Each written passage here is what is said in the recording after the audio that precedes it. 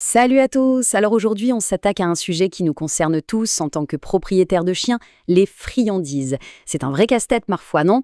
Le but, c'est qu'à la fin de cette présentation, on sache exactement comment s'y retrouver pour faire des choix qui sont non seulement bons, mais aussi sûrs pour nos compagnons. On va essayer de remplacer le doute par de la confiance. On les connaît tous, ces friandises industrielles, super colorées, qui nous font de l'œil dans les rayons. Mais est-ce qu'on s'est déjà vraiment demandé ce qu'il y a dedans? Honnêtement, est-ce que c'est juste un petit plaisir ou est-ce qu'on donne sans le savoir quelque chose de potentiellement risqué? C'est vraiment cette question qui est le point de départ de tout. On veut mieux, on veut plus sain. Alors justement, on va voir comment faire. L'idée, c'est de laisser de côté tous ces snacks un peu suspects, bourrés d'additifs chimiques, de colorants bizarres, pour aller vers quelque chose de radicalement différent, quelque chose qui apporte un vrai plus. Et la solution, en fait, elle est toute simple, presque évidente. Le 100% naturel. Fini les listes d'ingrédients à rallonge qu'on ne comprend pas. On revient à l'essentiel. C'est vraiment la réponse la plus simple et la plus efficace aux cochonneries qu'on peut trouver sur le marché. Bon, maintenant qu'on a posé les bases, entrons dans le concret. Pourquoi c'est si important ce fameux 100% naturel? Eh bien parce que les bienfaits sont immenses. Et ça va bien au-delà de la simple gamelle. On va parler de santé physique bien sûr, mais aussi de santé dentaire et même, vous allez voir, de l'équilibre mental du chien. Alors, pour la santé physique, c'est assez direct. Les ingrédients naturels, c'est du carburant de qualité. On parle de vraies protéines, de vitamines, de minéraux, tout ce qu'il faut pour un système immunitaire en béton, et un poil, vous savez, ce poil bien brillant qui respire la santé. Et puis, un point super important, la plupart sont sans gluten, sans céréales, sans additifs. En gros, on enlève tout ce qui peut potentiellement causer des allergies ou des soucis de digestion. C'est du propre, du simple, de l'efficace. Mais ce n'est pas tout. L'autre avantage énorme, c'est l'hygiène dentaire et le bien-être. Pensez-y, l'action de mâcher, c'est un peu comme une brosse à dents naturelle. Ça frotte, ça nettoie, ça aide à découler la plaque dentaire et ça ralentit l'arrivée du tartre. Et en même temps, c'est une activité qui canalise le chien, qui l'apaise, c'est un anti-stress naturel, tout simplement. Et attention, ce n'est pas juste une image, c'est de la pure science. La mastication, ça déclenche la libération d'endorphines et de dopamine. En gros, les hormones du bonheur. C'est pour ça qu'un chien qui mâche est un chien détendu. C'est une activité qui le comble et le calme de l'intérieur. C'est super puissant. D'accord. Maintenant qu'on est convaincu des bienfaits, la grande question c'est OK, mais je choisis quoi concrètement? On va passer en revue les options les plus courantes pour y voir plus clair. La première chose à comprendre, c'est qu'il y a friandises et friandises. Il y a deux grandes familles, si on veut. D'un côté, la mastication longue durée, comme le fromage de yak, qui est hyper dur.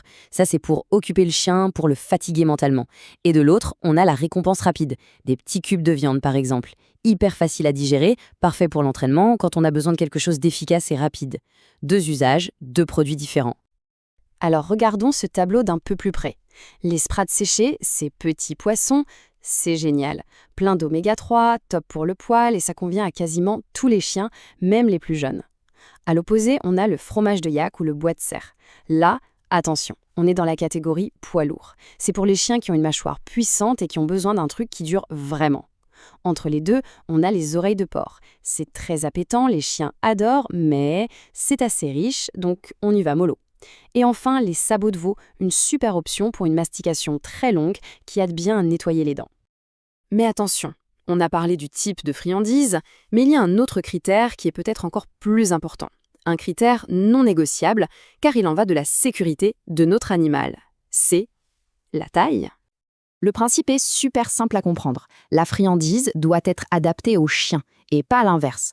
Pour un chiot avec ses petites dents de lait, on va prendre des choses tendres. Pour un chien adulte, standard, on va chercher une mastication modérée pour l'entretien. Et pour un gros mâcheur, un XL, il faut du costaud, quelque chose qui représente un vrai défi, sinon ça ne sert à rien. Pour que ce soit bien clair, prenons un exemple, l'American Bully, qui a différentes tailles. Un chiot bully de quelques kilos, on va lui donner des petites lamelles de viande séchée. Un bully de taille pocket, on peut passer à des sprats, des choses un peu plus consistantes. Pour un standard ou un classique, là, on peut commencer à taper dans du fromage de yak de taille moyenne. Mais alors pour un XL, un chien de 40 ou 50 kilos, là, il faut du lourd, du bois de cerf, des grosses cornes, des sabots bien robustes. On voit bien que l'un ne va pas à l'autre. L'adaptation, c'est vraiment le maître mot. Et c'est là qu'on comprend pourquoi cette histoire de taille est si cruciale. Une friandise qui est trop petite pour un grand chien, c'est un danger. Il peut l'avaler tout rond. Et là, le risque, c'est l'étouffement ou une occlusion intestinale, ce qui est une urgence vétérinaire. Donc vraiment, La sécurité passe avant le plaisir. Il ne faut jamais l'oublier. Ok, on a vu pas mal de choses. Pour être sûr que tout est bien clair, on va résumer ça en 3 règles d'or. 3 choses à garder en tête en permanence. Voilà les 3 règles d'or. La première, varier les plaisirs. On alterne le dur, le mou, les goûts, ça évite la lassitude et ça multiplie les bienfaits. Deuxième règle, respecter le gabarit. On l'a assez dit, on choisit toujours une taille adaptée à la mâchoire du chien.